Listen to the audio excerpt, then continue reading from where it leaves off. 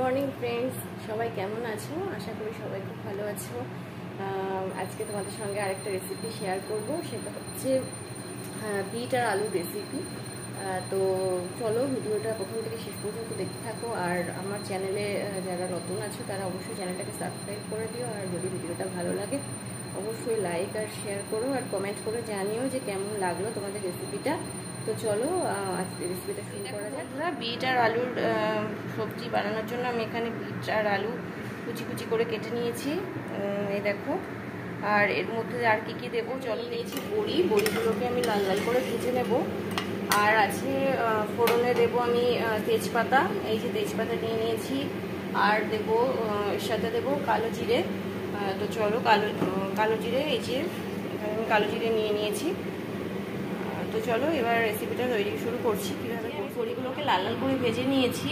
এখানে আমি ফোড়নে দিয়েছি তেজপাতা, এখানে আছে শুকনো লঙ্কা, আর আছে জিরে আর কালো জিরে একসাথে আমি ভেজে নেব, একটু নাড়াচাড়া করে নেব।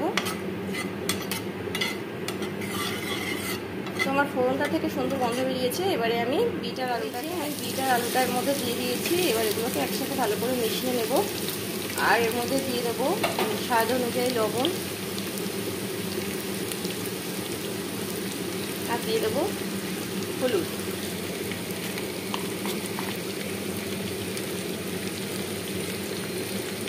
তো আমি লবণ হলুদ দিয়ে দিলাম। এবারে আমি ভালো করে নাড়াচাড়া করে নেব।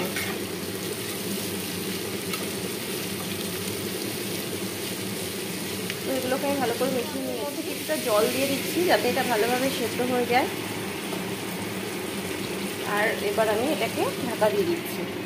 বন্ধুরা এবারে চলো ঢাকা খুলে দেখে নিই কতটা সেদ্ধ হয়েছে। তো এই দেখো মোটামুটি সেদ্ধ হয়ে এসেছে। এবারে আমি এর মধ্যে দেব কিছুটা জিরের গুঁড়ো অ্যাড করলাম। আর দিয়ে দেবো যে বড়িগুলো ভেজে রেখেছিলাম সেই ভেজে রাখা বড়িগুলো। এবার আবারও ভালো করে নাড়াচাড়া করে মিশিয়ে নিচ্ছি।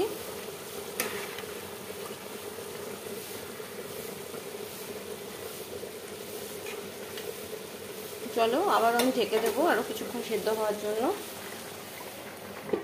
ফিরে আসছি। এই দেখো আমার বিট আর আলু একদম সেদ্ধ হয়ে গেছে। এবারে আমি এর মধ্যে দিয়ে দিচ্ছি স্বাদ অনুযায়ী চিনি। যেহেতু বিটের তরকারি একটুখানি মিষ্টি মিষ্টি হলে বেশ খেতে ভালো লাগে, তবে চিনিটা অপশানাল, চাইলে তোমরা দিতে পারো, আবার স্কিপও করতে পারো। তো চলো এবার এটাকে ভালো করে সঙ্গে মিশিয়ে নিচ্ছি। মিশিয়ে নেওয়ার পর যেহেতু চিনি থেকে জল ছাড়ে, সেই জন্য আর একটুখানি সময়ের জন্য আমি এটাকে চাপা দিয়ে দেবো। তো বন্ধুরা এই দেখো আমার বিটের রেসিপিটা একদম রেডি। জলটাও শুকিয়ে গেছে, একটুও জল নেই আর। তো এবারে আমি এর মধ্যে আর দুটো জিনিস দিয়ে দেবো, সেটা হচ্ছে দেবো একটুখানি ঘি, আর তার সাথে দিয়ে দেবো একটু গরম মশলা। তো এই দুটো জিনিস দেওয়ার ফলে এর টেস্ট অনেকটাই বেড়ে যায়। বিটের মধ্যে ঘি গরম মশলা খুব ভালো লাগে নামানোর আগে। তো চলো এবার এগুলোকে আমি ভালো করে মিশিয়ে নিচ্ছি আর নামিয়ে নিচ্ছি। তো আজকের রেসিপিটা এই পর্যন্ত।